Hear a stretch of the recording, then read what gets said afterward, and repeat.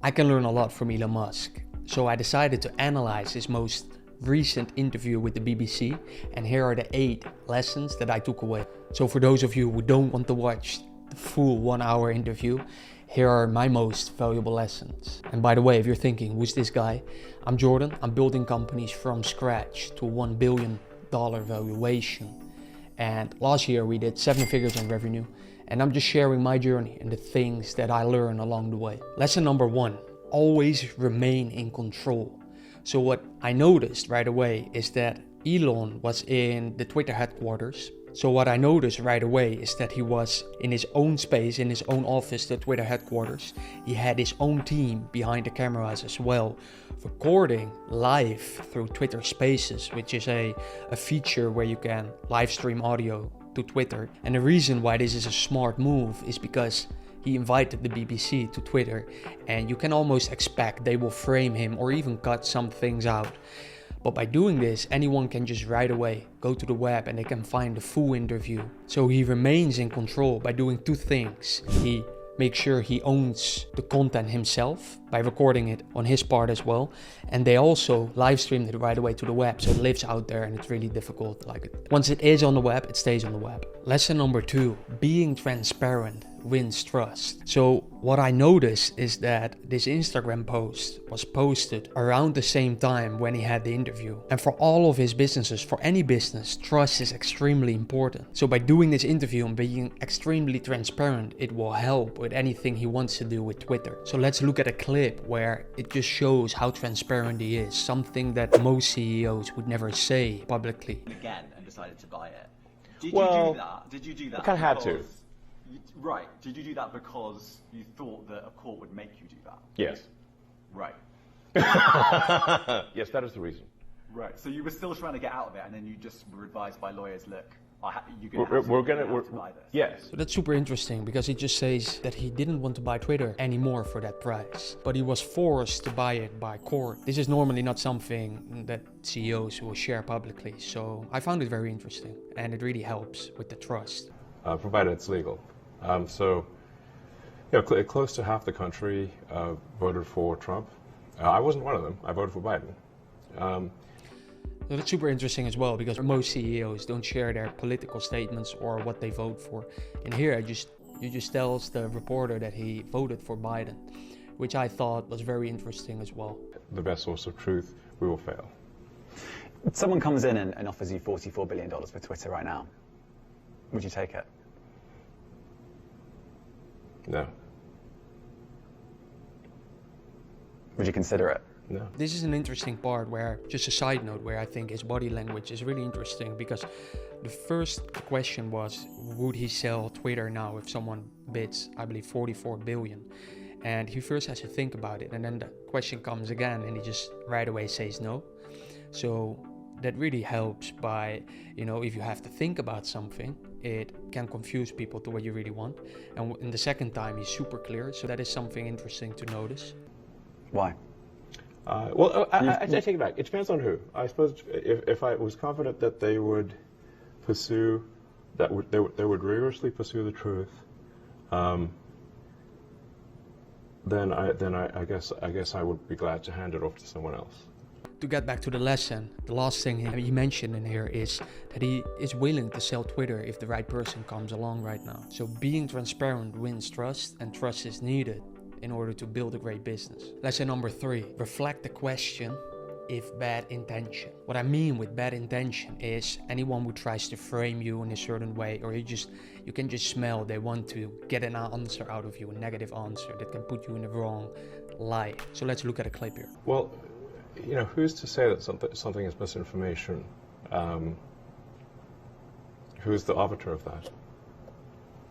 Is it the BBC? He asked a reporter a lot of the times, like, hey, would the BBC do this? It's really interesting that he reflects the questions. It's a smart way to say, I know what you're doing. You try to get a negative answer out of me. And what will you say? So let's look at another few of them. It can be dangerous, that it can cause real world harms, that it can potentially cause... Yeah, so the point I'm trying to make is that the BBC itself has, at times, published things that are false.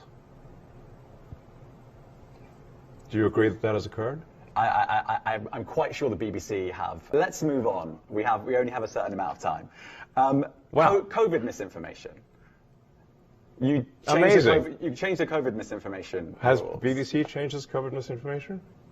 The BBC does not set the rules on Twitter, so I'm asking you. No, I'm talking about the BBC's misinformation about COVID. I'm literally asking you about, you changed the labels, the COVID misinformation labels. There used to be a policy, it then disappeared. Why do that? Well, COVID is no longer an issue. Does the BBC hold itself at all responsible for misinformation regarding masking and side effects of vaccinations? So what I've noticed from watching the whole interview is that the reporter is just not prepared well, but Elon Musk is. And in this clip, it really shows that Elon Musk has the upper hand in the interview. This is not an interview about the BBC. Oh, so. You thought it wasn't? I see now why you've done Twitter Spaces. I am not a representative of the BBC's editorial policy. I want to make that clear. Let's talk about something else. You want to talk about the BBC? You too. All right, let's talk about something else. You weren't expecting that. Let's talk about something else. There you go. He wasn't expecting that. Elon Musk already expected the topics would be around this, so he prepared. So he wasn't prepared for this question, but Elon Musk was. He already knew these topics would come to light, and he's prepared. So he has an answer ready, and he can reflect the question. Look, if we have a choice of either our people go to prison or we comply with the laws, we will comply with the laws. The same goes for the BBC. Bam.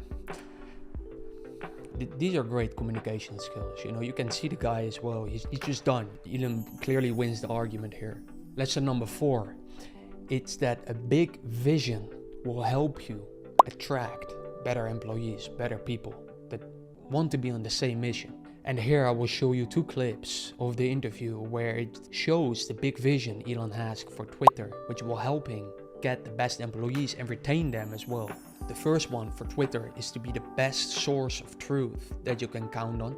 And the second thing is that time spent on Twitter is unregretted. That's his vision, which is very difficult. And let's look at the clips first. Regretted user time is that I hear many people tell me they spent a lot of time on TikTok, but they regret the time spent. And that seems like, okay, well, we don't want to have regretted time. We want the time to be unregretted, where you learned things, you were entertained, amused. I mean, frankly, I get more laughs out of Twitter than anything else, and many people tell me the same thing. So that's a good sign. So I've already mentioned this in another video of mine, but people want to be part of a company that leads a big change. You know, Twitter is changing massively. You know, they have a new leader, Elon is the CEO, and there's a lot of changes going on, and there's a big vision, and it will definitely help him getting better people on board and retain the best people as well. This is the other part of the clip that I think is even more interesting, where he talks about Twitter being the best source of truth that you can count on. They should add something to it, or we got something wrong. And over time, I think if Twitter is the best source of truth, it will succeed. And if we are not the best source of truth, we will fail. So summary, takeaway, having a big vision will help you attract and retain the best people, the best employees. Lesson number 5 is be prepared and share the facts. There's a big topic in the interview, and the reporter fails to back up his statements with any facts. Now he loses credibility with not only Elon, but also the viewers. Now let's watch the clip. Know that you don't know what you're talking about. Really? Yes, because you can't give me a single example of hateful content, not even one tweet, and yet you claimed that the hateful content was high. Well, that's false. No, what I claimed... You just lied. What I claimed was... You see the guy also struggling to get out of his words, you know, which tells me another thing. You really want to speak clearly. And if you don't know, then don't speak, which is lesson number 6. If you're not sure, don't pretend.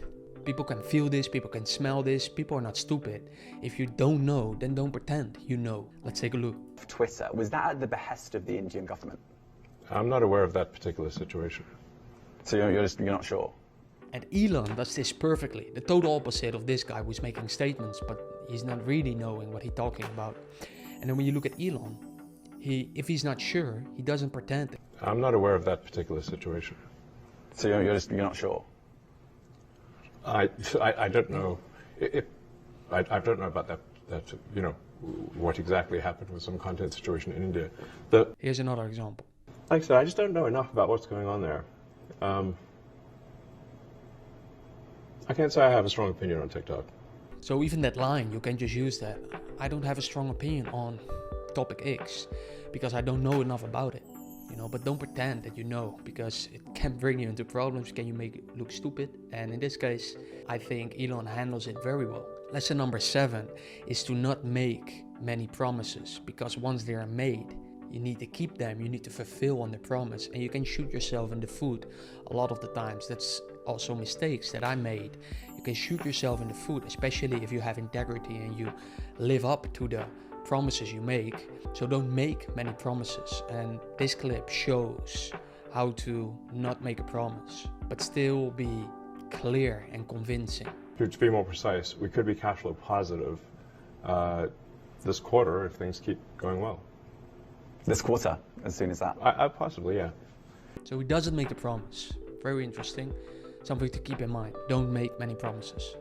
Now let's go to the last lesson, number 8, which is to slow down when emotional or controversial. And this is just a lesson he shares directly that he got and that he uses and that works well for him. So let's watch it. Tweet something that maybe is controversial, save it as a draft and look at it the next day and see if you still want to tweet it. Yeah, and this has helped me a lot as well. Saving messages when you're emoji, you can write them, but saving them, let's say on Slack to one of your team members or an email to a customer, save it as a draft and then look at it the next day and see if you still want to send it. Most of the times I adjusted my message or I didn't send it at all because it was not the smart thing to do. It was not the wise decision to make. I've made this mistake too many times and this really helps for me and clearly for Elon as well. So with that, the video is a wrap and I hope you now don't have to watch the full interview, but I still recommend, and I hope that you found value in the lessons that I noted down for myself. I'm excited about the changes he will make with Twitter because I recently started using it myself as well, so check it out. And to end it all up, follow me on Instagram for more behind the scenes on my journey. And that's it for now. See you in the next video.